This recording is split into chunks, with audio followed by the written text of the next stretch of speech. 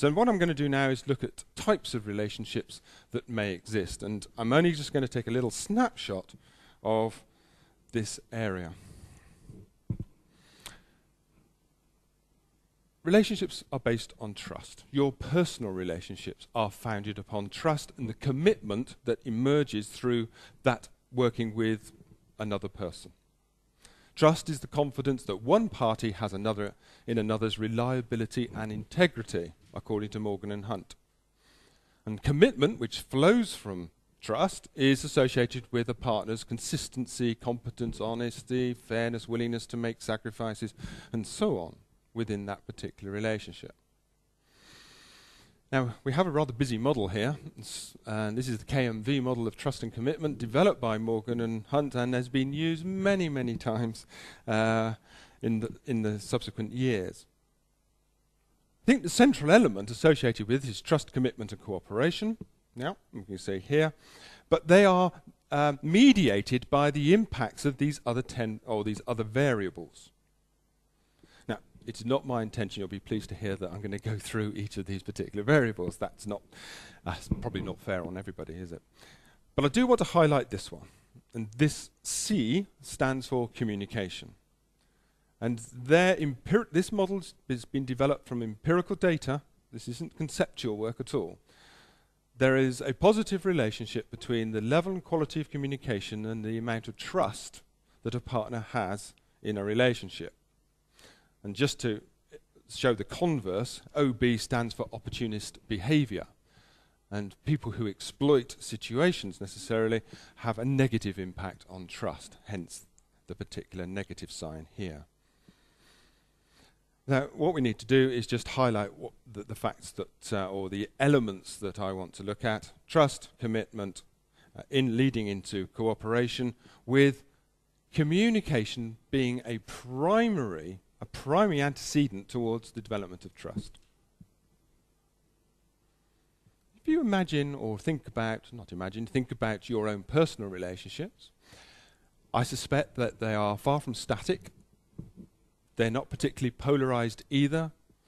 Some are intense, some are dynamic, some are latent, some are powerful, some are active, some are passive. We can't all maintain intense relationships, can we? And it's the same in commerce. We cannot maintain intense relationships with all of our partners. We just cannot do it. And it's not profitable to do it. That's been demonstrated to us many times. So we must recognize the range and depth of particular relationships out there that are important to us and, of course, important to the other partner. Yes? So some people want a strong relationship, some don't. Some want what is known as a strong tie, some want weak ties. Now we go part way to understanding this. There's a whole range of activity on key account management, for example, where we do isolate these accounts and isolate accounts which are more profitable than others. And then we design marketing programs to match the requirements of those particular relationships. Or is it relationships? Is there another factor? We'll come back to that. The types of exchanges that I want to consider are first transactional exchanges. Transactional exchanges are those exchanges that we undertake where we don't want a relationship with the supplier of that particular product. We're not interested. What I want is the functionality, I want the benefits of the product, beg your pardon, and I want it now. Yes? And I'm interested in two things, the product and price. I'm not interested in anything else. Product and price, please. Don't want a relationship. I'm walking away from this. And we do that quite a lot of the time, don't we? Both in our, as a consumer and in a business context. But perhaps at the other end of the spectrum, we have collaborative exchanges. Here, we are interested in the product or the service, of course, but we're actually more interested in sustaining the relationship with that particular partner, that supplier, because we see long-term strategic issues that we value. We value the relationship because of other intangible benefits that we might experience from working with those particular organizations.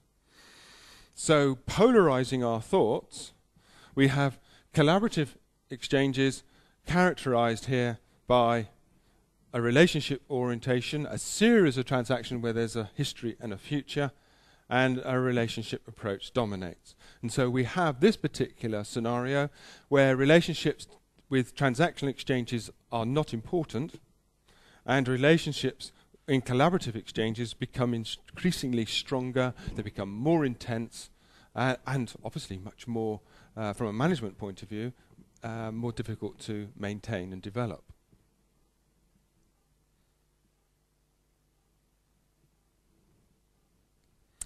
Now, I have chosen here to use the work essentially of a gentleman called Professor McNeill, who was a lawyer, a Canadian lawyer, who he made the assertion that all transactions contain a level of relationship orientation. Many other marketing authors talk about collaborative exchanges and longer-term relationships in the sense that those are the only ones that have relationships in them, and that short-term relationships, or transactional exchanges that I was referring to, have no relationship component. Well, I don't think that's the case. I think that all exchanges that we enter into have an element of a relational component in them. It's just that some have more than others.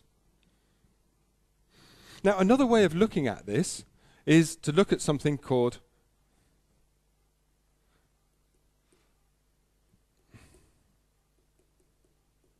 social capital.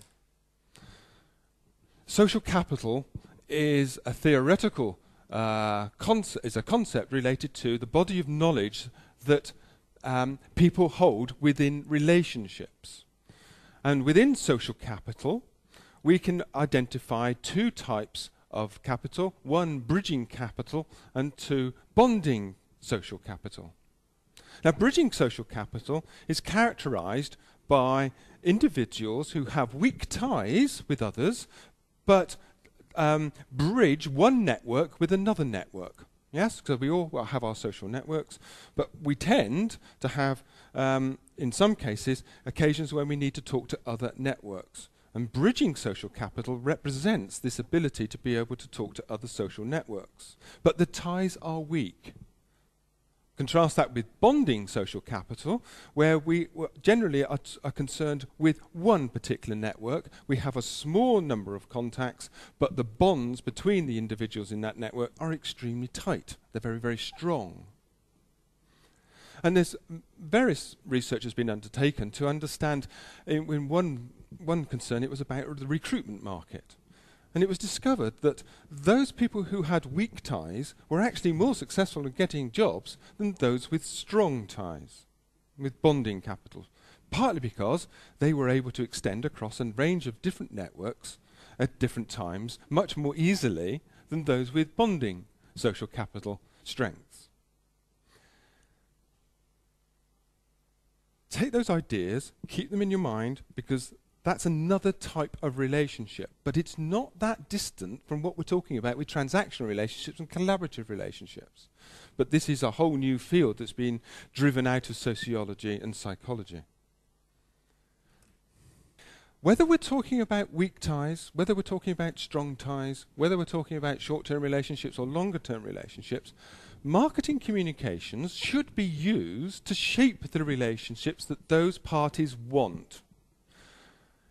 You may have heard me before talk about marketing communications has to be audience-centered.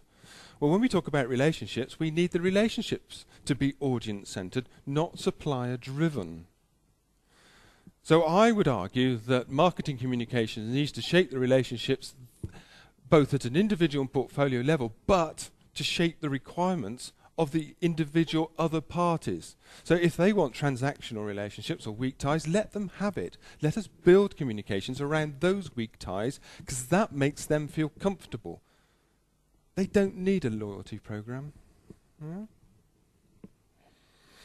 Let's explore some of those things through the ideas of engagement, right? Not what just connecting individuals, not connecting these networks, not connecting different types of relationships, but let's use engagement as a way of actually bringing people into those relationships.